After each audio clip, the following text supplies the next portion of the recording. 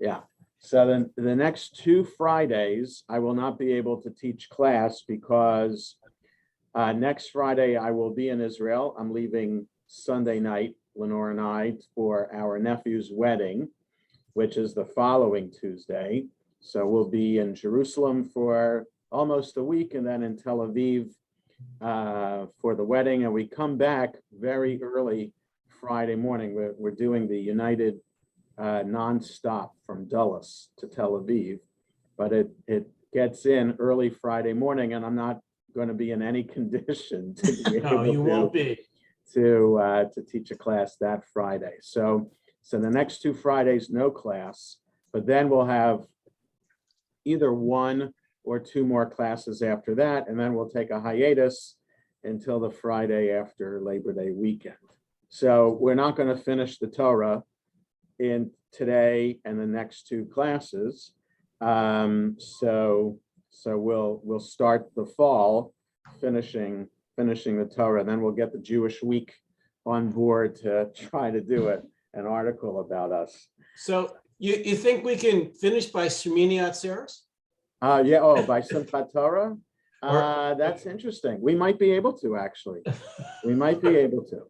So we'll see. I don't know how long the commentaries are. I mean, just look at the page, the next few pages. Look how long. That's an extremely long Rashi, which is like unheard of for Rashi on page 235.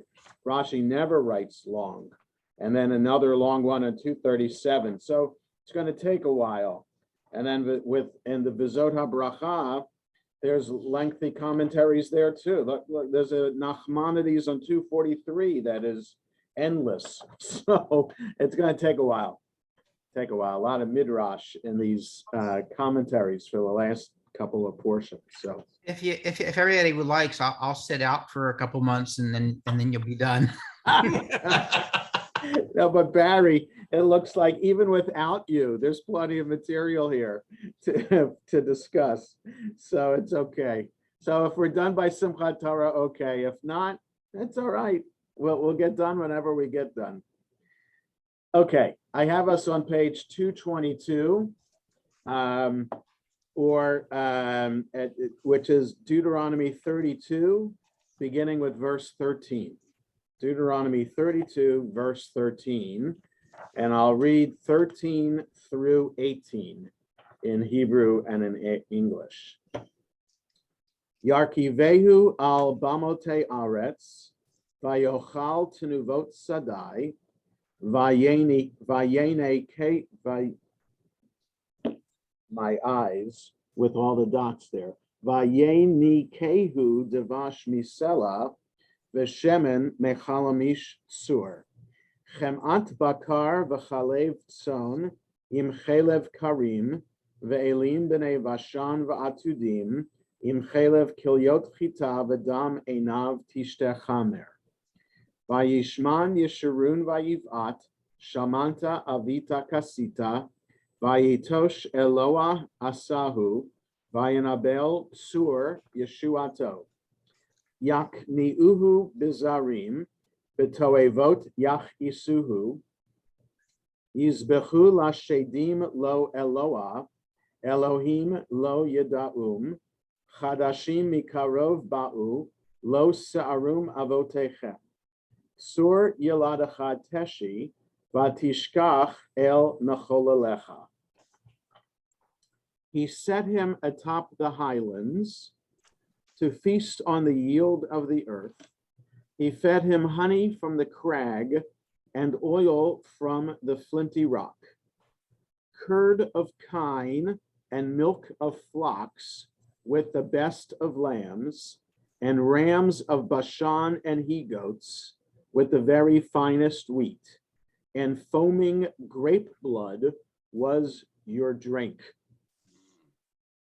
So I'm sure there'll be a lot of commentary about the foaming grape blood. So Jeshurun grew fat and kicked. You grew fat and gross and coarse. He forsook the God who made him and spurned the rock of his support. They incensed him with alien things vexed him with abominations. They sacrificed to demons, no gods, gods they had never known, new ones who came but lately, who stirred not your father's fears. You neglected the rock that begot you, forgot the God who brought you forth. Okay, so clearly in this poem, all the good things that God provided, and Israel forsook them and were more tempted by idolatry. Okay, so again, this is a Who is poem. Jeshurun? Yeah, go ahead. Who is Jeshurun? Oh, Jeshurun's another name for Israel. Another, okay. So, you know, why some synagogues are B'nai Jeshurun. If they're like Manhattan has a B'nai Jeshurun. My father was a rabbi of a merged synagogue, Beth Tikva, B'nai Jeshurun in Philadelphia. So Jeshurun's just another name for Israel. From here, and maybe a couple of the prophets refer to Israel as Jeshurun also. So, okay, so Rashi now. He set him atop the highlands. For the land of Israel is higher than all the other lands. The interpretation of this entire verse follows the translation of Onkelos, the Aramaic. To feast on the yield of the earth, literally of the field. This refers to the fruits of the land of Israel, swifter to sprout and to ripen than those of the other lands. Rashi doesn't know this. He's never been to Israel, but that's the idea that that's rooted in Midrash, that the land of Israel is more fertile and produce grows more quickly there than any other place. He fed him honey from the crag, rather from the field. A story. There was a man in Sichnin who said to his son, "Bring me some figs from the cask." He went and found honey floating on top of the cask and told his father, "This cask is full of honey." The father replied, "Stick your hand into it and bring up some figs from inside it." So this is a story of how to get honey from here. It's interesting. There's no source for this story, and okay, so not sure about this, but it just, I guess, the story to highlight what the Torah is teaching here. And oil from the flinty rock, literally from the flint of the rock, the strongest, toughest part of it. This oil refers to the olives of Gush Chalav. Maybe from the Midrash, those olives are the oiliest. Don't know. Curd of kine and milk of flocks. This alludes to the time of Solomon, whose daily provisions consisted of 10 fattened oxen, 20 pasture-fed oxen, and 100 sheep and goats. From 1 Kings 5. So that's daily provisions for Solomon and his court. 10 oxen, 20 pasture oxen, and 100 sheep and goats. That's a lot. With the best of lambs, this was in the time of the northern kingdom, that of the 10 tribes, when the prophet scorns for lolling on their couches, feasting on lambs from the flock. So I guess Rashi's putting this in context of when in Israelite history this poem might be alluding to. With the very finest wheat, in the time of Solomon, whose provisions also included 30 cores of semolina and 60 cores of ordinary flour. And foaming grape blood was your drink. In the northern kingdom, they drink straight from the wine bowls, from Amos 6. As for the particular foods mentioned in the verse, Curd is rather the cream that rises to the top of the milk. Rams of Bashan refers, we're on 223, literally to the rams of that region, which were known for being particularly fat. The very finest wheat is literally the kidney fat of wheat, as rich as fat and each grain as big as a kidney. The drink of New Translation is really the Aramaic word for wine. In Hebrew, it's not a noun, but a descriptive word of high praise for wine. The phrase means you will drink the tastiest of wine. These last two verses are also to be explained in accordance with the translation of Onkelos. He settled them over the powerful ones of the earth and so forth. Okay. 15 in Rashi, gross and coarse, literally thick and covered, like someone so fat that his belly overlaps his groin. His face is covered with fat and his loins with blubber.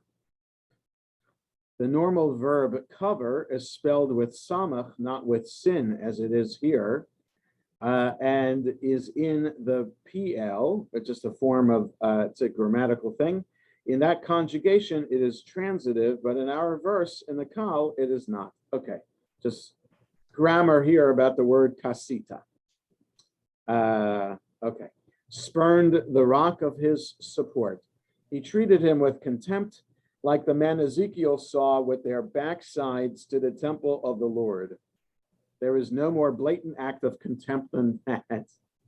Mooning the temple. Yeah. And Rashi on 224, they incensed him. They inflamed his anger and his jealousy.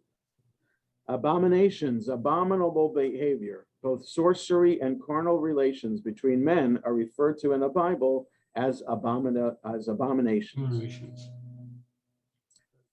No gods, as Onkelos explains it, pointless gods. Had they at least worshipped as gods things that are actually useful, God would not be as incensed with jealousy as now.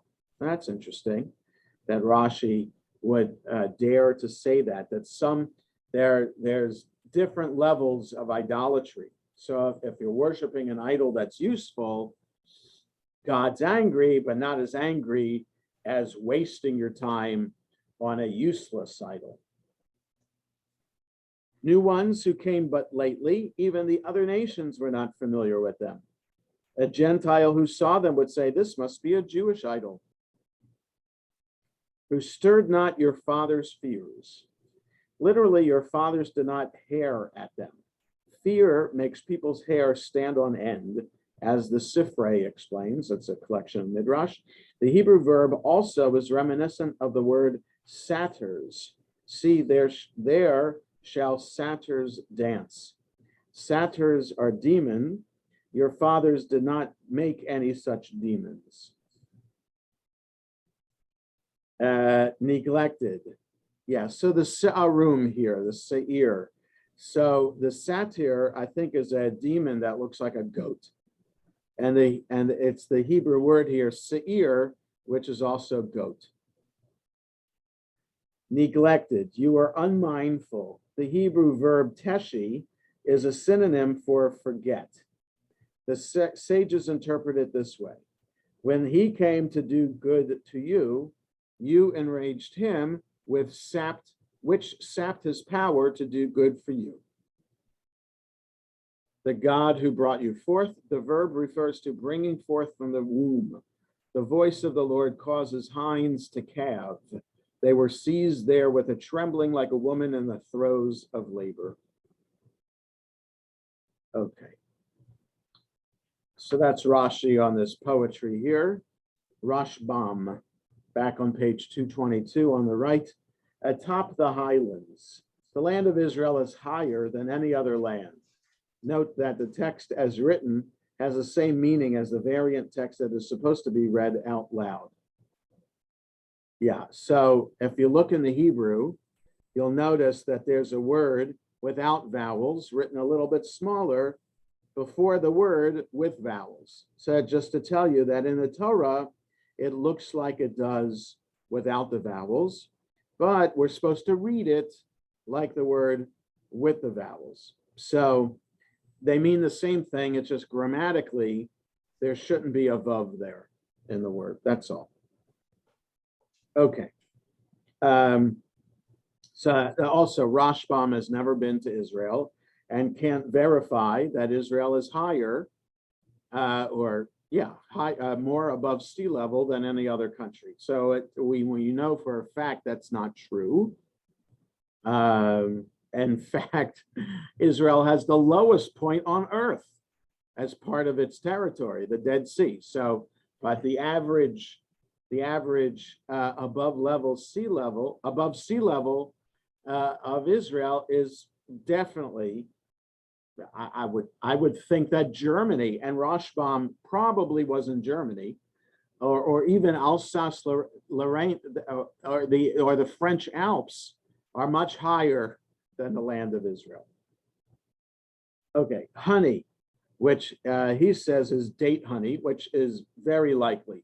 Devash, that the Torah talks about, which we translate as honey, could very well be date honey. Oil from the olives that grow on the mountains. Curd of kine, it is after all a land flowing with milk. There would be plenty of meat for them to eat as well. With the best of lambs, rather with the fat of the pastures, that is, wild sheep fattened through pasturing. Your livestock shall graze in broad pastures. The meadows are clothed with flocks.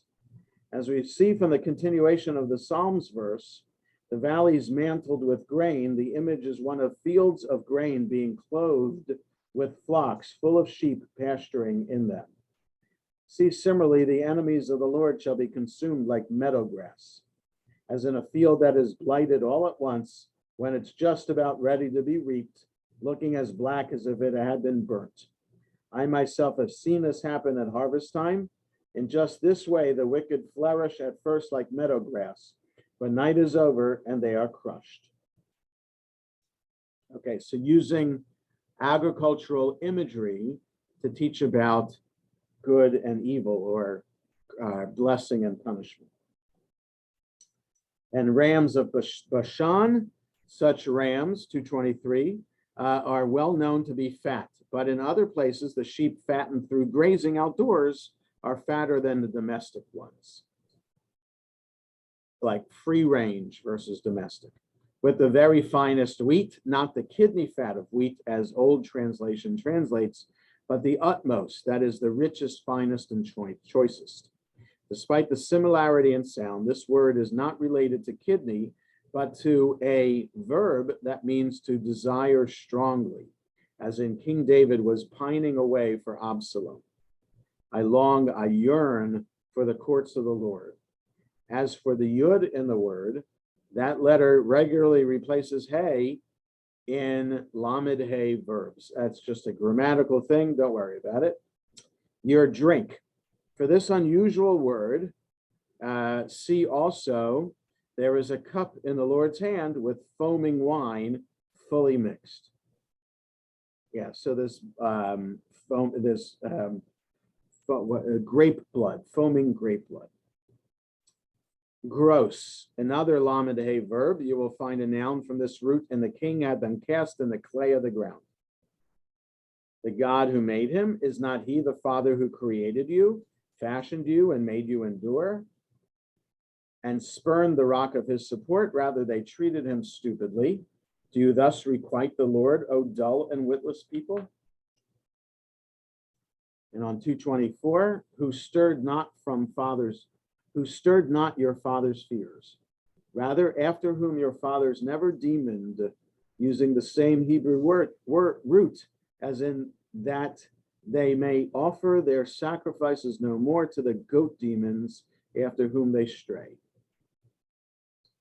You neglected the rock that begot you. Ordinarily, the kal verb means to bear, and the hefil means to beget, but the kal used here is used to mean beget. Okay. And then he goes on in 225. In Genesis 10, for example, Yoktan begot Almodad. Forgot the God who brought you forth. This unusual poetic synonym of forget is yet another Lamed He verb. For the morphological form found here, see also, do not blot out their guilt from your presence. Okay, so just a lot of grammatical explanation to try to understand the meaning of these Hebrew words. Again, remember, this is Hebrew poetry. The Hebrew here is unusual, and that's why the rabbis are finding it difficult to translate the words. Okay, so Ibn Ezra on this section doesn't begin, begins in the middle of 222 on the left, takes up the whole page. So you see that there, 13. He set him atop the highlands, more precisely on the high places of the land of Canaan, the center of human habitation on the earth. Saying that he made him ride, which is what the Hebrew literally means, is stylistic. The unusual spelling of the Hebrew word for high places does not alter the meaning. See also chapter 33, verse 29. The yield of the earth, for yield, see also, if force bears fruit, pay it no mind. The word translated earth is really an adjective from the word for field. Hey regularly alternates with yud in such words. Do not misread this as a noun in the construct plural. See, let the field exult in all that is therein, where it is clear that this word is singular. He fed him honey from the crag and oil from the flinty rock, metaphorically, as in the mountains shall drip with wine. The verse is saying that Canaan has a great abundance of honey and of oil, as indeed we know from the fact that it was exported. Judah and the land of Israel were your merchants. They trafficked with you in wheat of minnit and panag, honey, oil, and balm, from Ezekiel 27. Notice that the Hebrew of chapter 8 reverses the phrase rocky flint. You will find a similar reversal also involving rock in Joshua 5:2 and Psalm 89. Okay. Curd of kine, rather the cream of kine, that is an abundance of meat. Milk of flocks, were it not for our received tradition, this would be further evidence for my comments to Leviticus 7, 23 and 26. And the footnote, the tradition reads the word as milk, but conceivably it could mean fat with the next Hebrew phrase. Yeah, there's chalav, which means milk, and chalev, which means fat, and both spelled the same way. With the best of lambs, literally the fat of lambs, but it may indeed mean the best. You will find the same idiom in all the best of the new oil, wine, and grain. And rams of Bashan, rams raised on Mount Bashan. With the very finest wheat, literally the kidney fat of wheat. This is metaphoric. 225, of course, wheat as rich as the fat of the kidneys, and grains of wheat do resemble kidneys in shape. Foaming grape blood, wine. This land has an abundance of honey, oil, meat, bread, wine, and fruit of every kind. These are the yield of the earth. Some say that honey here refers to date honey. As for foaming, the word is really just another synonym for wine. See vineyard of wine.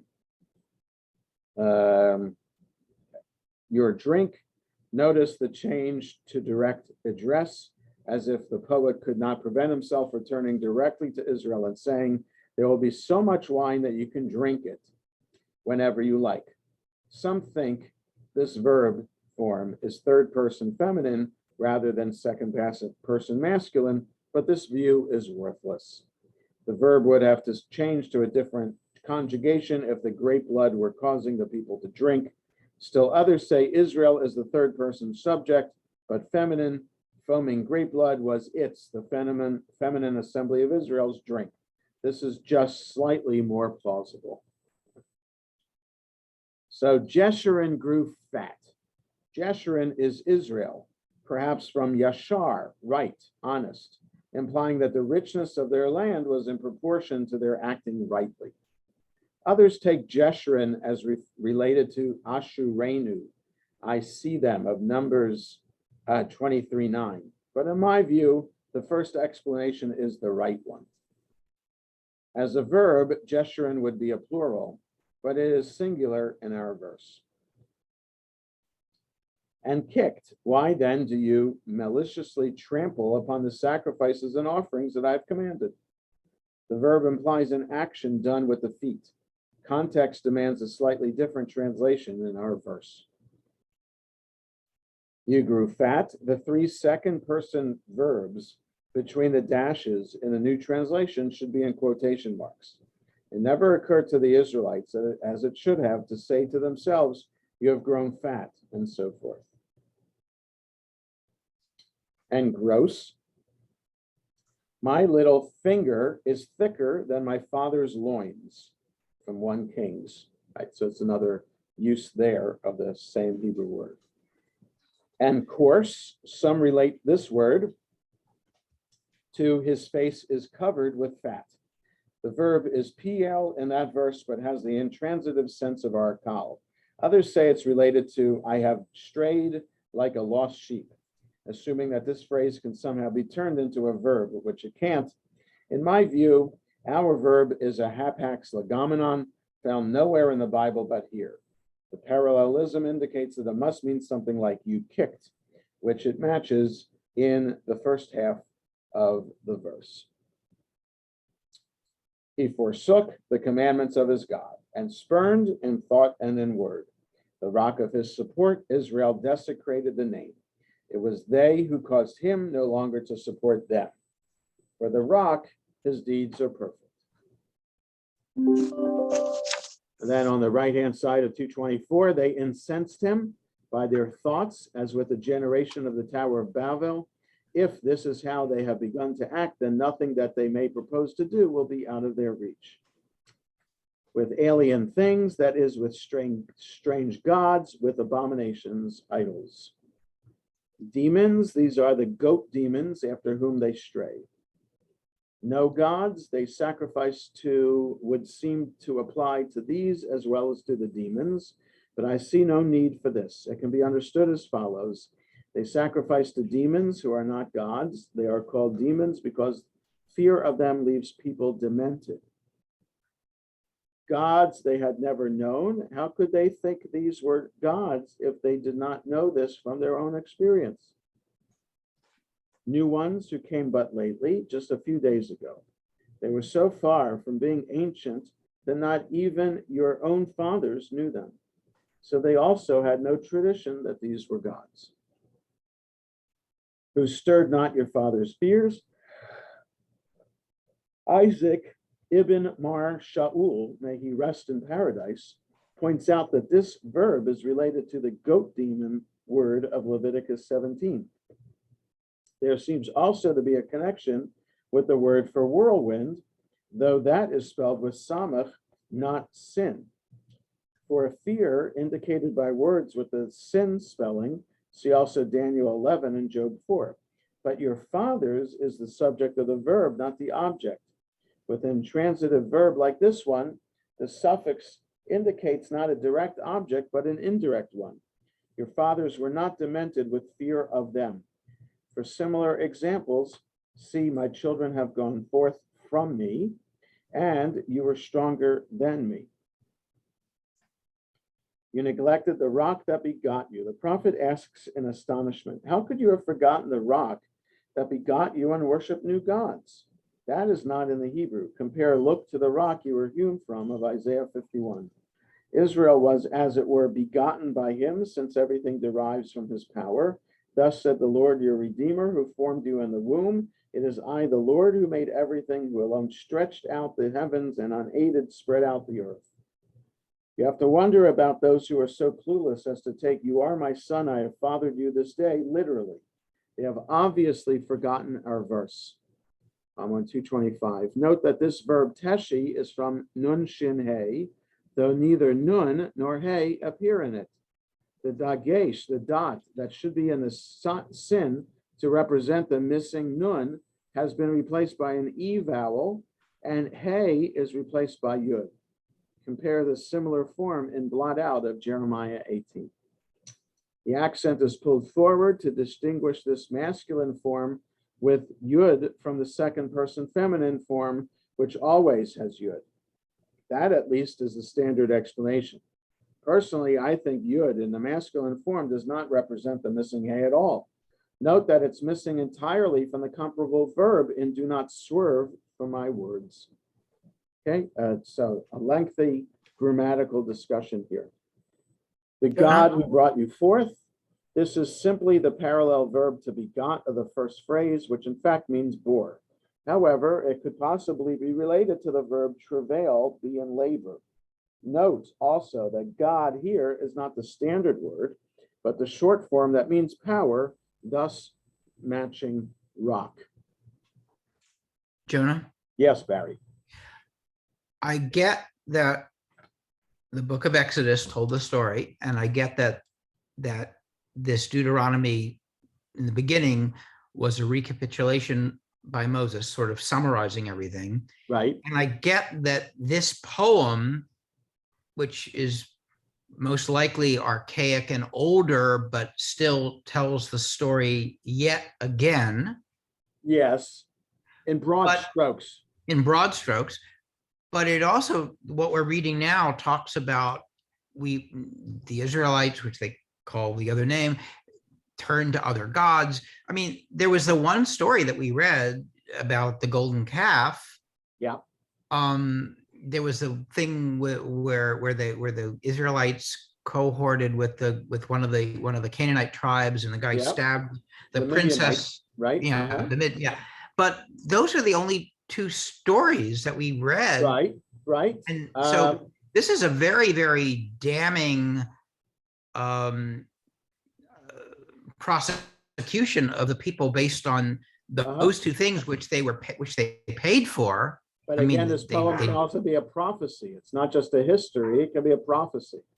So you read throughout the rest of the Bible, it's a cycle of following God's ways, then slowly neglecting God's ways, and then being brought back to God's ways, and neglecting again, and brought back, and neglecting, and brought back, and neglecting. So that's what the book of Judges is about. And then in Samuel, you have it too. And then in Kings, until it finally gets to the point that where God says, okay, I'm fed up with just forgiving the people. I need now to let the Assyrians and then the Babylonians conquer them, and then send them into exile to teach their lesson. But again, throughout our history, we go through these cycles of being close to God or being far away from God. So that's what this poem is. It's not just a recapitulation of their history, but also pointing out this is your lot in life. You could so if have this it good. is Go ahead. So if this indeed is a prophecy, I mean, it really does paint a rather bleak picture. Absolutely. And you kind of almost go, so why bother? If because all this we're stuff, going to be that God will not totally forsake us in the end. That's the point here. We're not going to be totally forsaken by God. there's still a chance for redemption. Always a chance. Forgiveness. Yes. All Right. Even in 2022. Right. So it's not that different than other religions who offer redemption in the end. Right. Yeah. This is just the Jewish way. Yeah. Okay, so let's look at Nachmanides on this, which begins on 223. On the left-hand side there, Nachmanides 15, and spurned the rock of his support. Rashi takes the verb to mean scorned. Ibn Ezra takes it as desecrated, and says further that they caused him no longer to support them, which is also incorrect in my view. It makes no sense in the context, which continues to talk about their sins and does not mention his punishment of them until verse 20. Rather, as I explained in my comment to verse 6, which uses a noun from the same root, The verb means to return evil for good. This passage is saying that Israel forsook the God who created it for alien gods, both speaking and thinking ungratefully about the rock who was always saving them.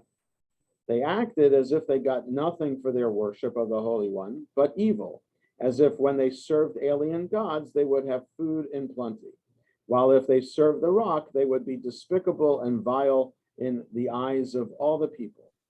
It's like the fools among us who said, it's useless to serve God. What have we gained by keeping his charge and walking in abject awe of the Lord of hosts? It's like what those accursed women told Jeremiah. Ever since we stopped making offerings to the Queen of Heaven and pouring libations to her, we have lacked everything. Elsewhere, the prophet uses our verb explicitly. For your name's sake, do not disown us. Do not make your glorious throne ungrateful.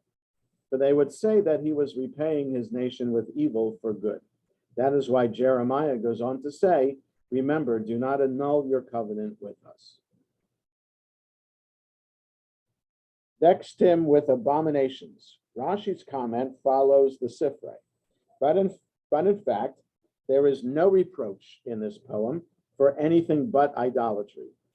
The alien things of the first half of the verse are really gods alien to the God who made him, simply meaning other gods. The abominations are the demons to whom they burnt their children, which was certainly abominable to him. They perform for their gods every abhorrent act that the Lord detests. They even offer up their sons and daughters in fire to their gods.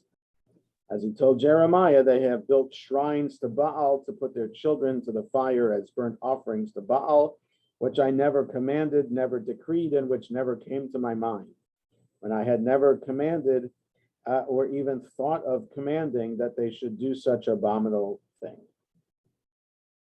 When did this happen? This happened in the time of the kings. In the time of the kings, okay. They sacrificed to demons, no gods. See my comment to Leviticus 17:7. Okay, so that's it for Nachmanides. And now the additional comments, bottom of 222. He set him atop the highlands because the inhabited part of the land was not yet ready to receive them. Curd of the kind and milk of flocks. These are metaphors for the spoils they took from the powerful Anakites and the weaker Canaanites, respectively. With the best of lambs, the intermediate groups, and rams of Bashan and he-goats, the mighty Og and Sichon. And foaming grape blood was your drink. Here the text switches, as it frequently does, between third person and second person address. The metaphor comes from the redness of the wine. The Holy One did all this for them so they would have time to occupy themselves with the Torah and with the commandments. Right, so if the people follow the commandments, then all these good things will be provided them. So Jeshurun grew fat and kicked, backward like an animal. Even the intellectuals among them, Jeshurun, turned to physical pleasures and grew too dull to understand the truth. He forsook the God who made him, meaning the God who made him wealthy, and spurned the rock of his support, more precisely denigrated him, both in thought and in deed. Bottom of 224, gods they had never known. They did not know them as gods. After all, they themselves had carved them. They worshiped them simply to anger the Holy One. But Joey Kara, of blessed memory, took the Hebrew to mean gods who had never known them, in contrast to what we are told of the Holy One in Exodus 3:7, that he knew the Israelites' suffering. Who stirred not your fathers' fears, rather whom your fathers did not fear, and therefore did not worship. Rather, whom your fathers paid no attention to. And it's proper for a person to follow the faith of his fathers. The rock that begot you, literally that bore you, in the sense that he has been your rock since the moment you were born. Forgot the God who brought you forth, the verb mecholelecha, is related to Mahol dance, the god who danced you forth from Egypt, bringing you forth with song and dance. Or, granted, in the Second Temple period, they were no longer worshiping idols, but neither were they serving the Holy One. Okay. Sets it on this section.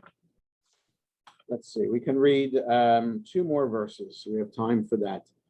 Vayar Adonai vayinatz mikas banav uvenotav, vayomer astira panai mehem, ma'acharitam kidur tapuchotema banim lo emun bam.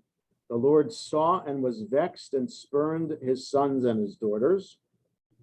He said, I will hide my countenance from them and see how they fare in the end, for they are a treacherous breed, children with no loyalty in them. So Rashi on this, just on verse 20, how they fare in the end, what will end up happening to them. For they are a treacherous breed, they are literally upsetting. They overturn my goodwill and change it into anger. With no loyalty in them, rather with no upbringing in them, no nurturing. Compare Esther 2, he was foster father to Hadassah. They showed no traces of how I brought them up. I raised them to follow the right path, but they have strayed from it. The translations follow another reading, that of Onkelos, that what they lack is faithfulness. At Sinai, they said, all that the Lord has spoken, we will faithfully do. And hardly a moment later, they had broken their promise and were making a golden calf. Rashbam, just on verse 20, children with no loyalty in them. See verse 5. Ibn Ezra here on the bottom right, and spurned.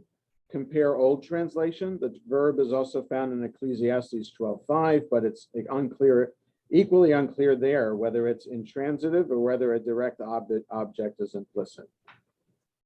His sons and his daughters, not children, but adults who have made offerings to idols. He said to himself or to the angels, I will hide my countenance from them. This is metaphoric, of course, like I will turn my eyes away from you. When they seek me, they will find no help. And see how they fare in the end. Some take this phrase to mean I will hide my countenance from them because I see how they will fare in the land. But in fact, the translations are correct. The verse is saying I will hide my countenance from them until I see how they act when they are in trouble. For they are a treacherous breed, that is why I will hide my countenance. The verb literally says they have acted contrarily by worshiping another god, though they are my children. Children with no loyalty in them, the Hebrew word may be a noun, as the translations take it, as in a nation that keeps faith, or an adjective, children with no loyal among them, as in the loyal have vanished from among men. Okay, and Nachmanides on this, his sons and his daughters. The mention of daughters here is quite unusual. Compare verse 5, where the Hebrew says literally sons, and many other places where the women are understood to be included, but are not mentioned explicitly. The text is hinting here that in the generation of the destruction, the evil done by the women and their sins will itself be great enough to provoke him, for they will yoke themselves to idolatry even more than the men. It was they who enticed the men to idolatry in Jeremiah's time. Thereupon they answered Jeremiah, all the men who knew that their wives made offerings to other gods, all the women present, a large gathering. It was they who brazenly told the prophet, on the contrary, we will do everything that we have vowed to make offerings to the Queen of Heaven.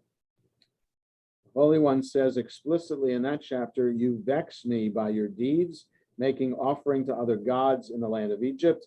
Have you forgotten the wicked acts of your forefathers, of the kings of Judah and their wives, and your own wicked acts and those of your wives?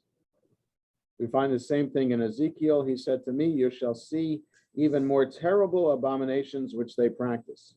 Next, he brought me to the entrance of the north gate of the house of the Lord, and there sat the women bewailing Tammuz. He said, so pretty sexist thing that Nachmanides is saying, going from egalitarian, saying women are always included when men are mentioned. But then to say here, the reason they're mentioned here is because they're going to be worse than the men in leading the people astray. He said, see Ibn Ezra's comment, said here does not refer to actual speech, but to the will and intention before him to do so, as in God said of Genesis 1. Note that up to this point in the song, Moses has been speaking in his own voice. From this point on, the poem is in the voice of the Holy One. My countenance, I have explained this according to the way of truth elsewhere, for example, in my comments to Exodus 20 and Exodus 33. I will hide my countenance means I will remove my Shekhinah. And see how they fare, compare, I will go down to see. For they are a treacherous breed, they will not be able to stand up to my countenance. Children with no loyalty in them, rather from another meaning of the Hebrew word, they are children with no nurse, no one to nurture and raise them. Once again, anyone who is knowledgeable will understand. And the additional comments, children with no loyalty in them, I believe the word emet is related to this word emun, loyalty. Frequently, nun drops when t is added after it. But my father of blessed memory takes the word in this verse to refer to education, children with no culture. Okay, so it's 10:20, and we're going to stop here. Today, if my son wanted to, he would be attending his own graduation from the University of Maryland.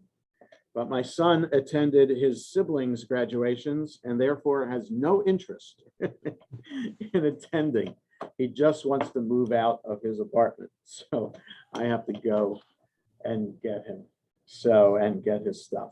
So have a good rest of the day, everybody. A Shabbat Shalom. Remember, no class next 2 Fridays. So see you all Friday, June 10th. Friday, June 10th. Take care. Shalom. Take care. Shabbat Shalom. Shabbat Shalom.